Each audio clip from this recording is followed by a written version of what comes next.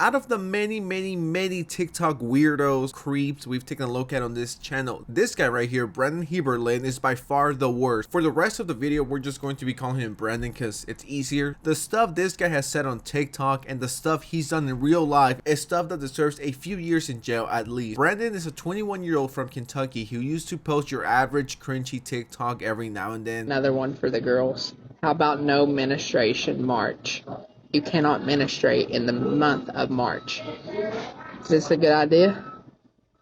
Now, in case you guys are lost and don't really understand the joke of this is a response to No Not November. It's just a really weird thing to do. And then end No Not November. But what if we change it to No Discharge December for all the ladies out there?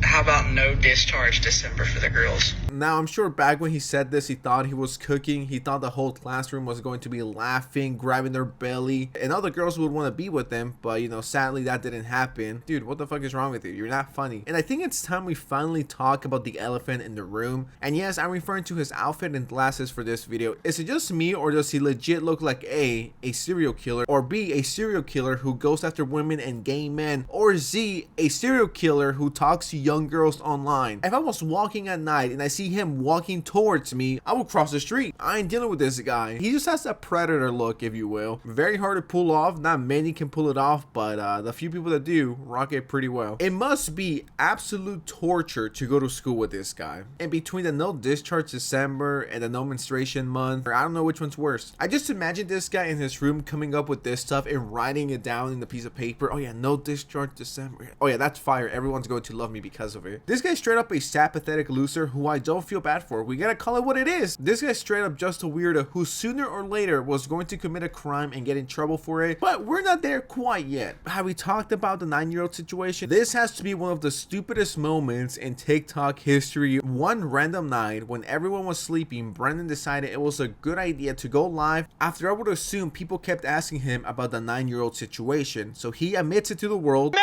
fine! I did kiss a 9-year-old! The one that kisses 9-year-olds, right? Oh, yeah, I've heard about him. Yeah, what's up with him? I mean, he's like low-key weird, you know? Who would do such a thing? Exactly, bro, who would do such a thing? Low-key, I don't care.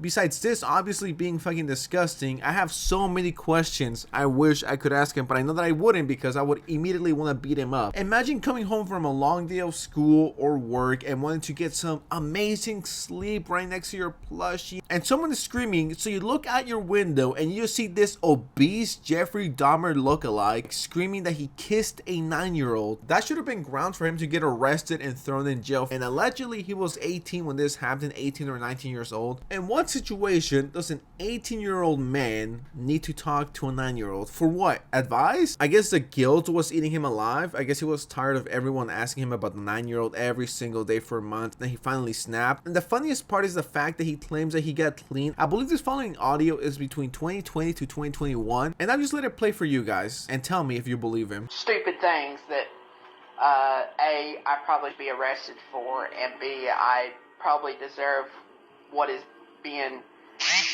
told to me and stuff.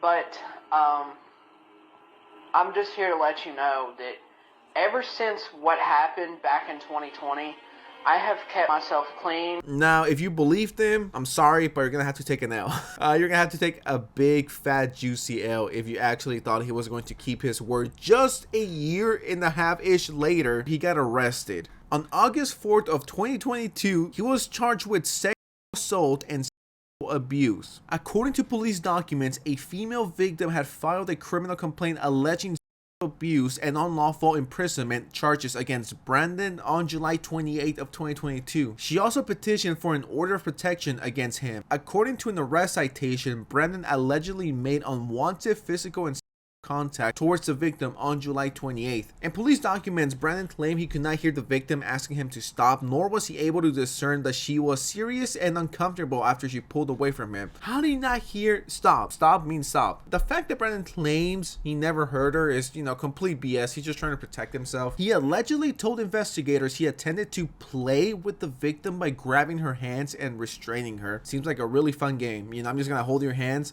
I'm going to restrain you, and even though you're telling me to stop, off, I'm gonna keep going. I'm not going to let you go. He was planning on doing some illegal shit, and thankfully, you know, the girl got away and was able to contact the police. In the follow-up interview with campus police, the victim claimed Brandon made multiple attempts to contact her following her complaint in order to, and I quote, convince her to drop the criminal investigations into the incident. It looks like by the end of everything, he was charged with 4th-degree assault, 3rd-degree and 2nd-degree unlawful imprisonment. Brandon is a creep. I am sad to report he got out. We don't know how much money it was. So yeah, he's free right now. So much for justice, am I right? Are we really going to wait until Brandon kills someone? Is that what we're waiting for? This is why sometimes you just gotta take law into your own hands. So I found this article from change.org. The petition is to stop criminal Brandon from attending MSU, which is a university. And this was written March 28th of this year of 2023. So just a few months ago. On his now private Facebook account, he claimed to be coming to MSU within the next year. Of course, his attendance is just a rumor for now, but by signing this petition, we MSU students are asking for it not to come true and for the school to reconsider his involvement with his campus, because Brandon is a sexual predator who poses a threat to everyone, especially craft students. When are we going to stop people like this? If they did it once, they're going to do it again, and they did. Are you guys waiting for him to go and kill someone? Why can you get out on bail for this kind of shit, but if you have a little bit of weed on you, you're automatically in the record and you can't travel, and on top of that you get like 3 years of prison? This whole system is so fucking rigged and unfair. Anyone who ever interacts with children or people in this way need to be thrown in jail, and they shouldn't be out on bail. That should not be an option. Any sexual predator should be in jail for life, but I guess if you pay $1,000 you can do it all over again. It's so fucking unfair. I'm gonna say this once and I'm done.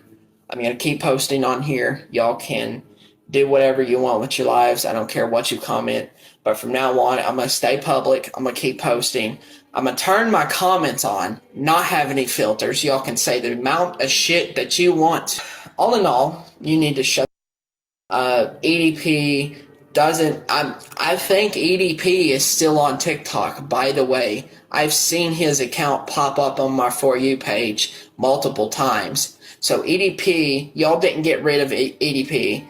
He's still on TikTok, roaming around, making videos. He's not living in a 4x4 jail cell. He's actually very much still living his life. I just want to let you know that there are also multiple creators out there that have not done the similar thing that has been forgiven. I'm not going to compare myself to them, but I will give examples. And I think it's just a matter of time before this fucking moron does something again and he gets caught, and this time it's gonna be too late, because you did it once, you did it twice, the 3rd time has to be it. And hopefully this time they don't give him bond, and if they do, I hope it's set to $5 million fucking dollars, because he will never be able to afford it. Just one of the sickest, most disgusting TikTokers and TikTok creeps I've ever seen. But with that said, what do you guys think of this whole situation? Please let me know in the comments below. I will really appreciate it. If you're new, please subscribe. Video like these drop all the time. And don't forget to like and share this video. It will mean the world to me. And with that said, stay safe, and I'll see you next time, alright?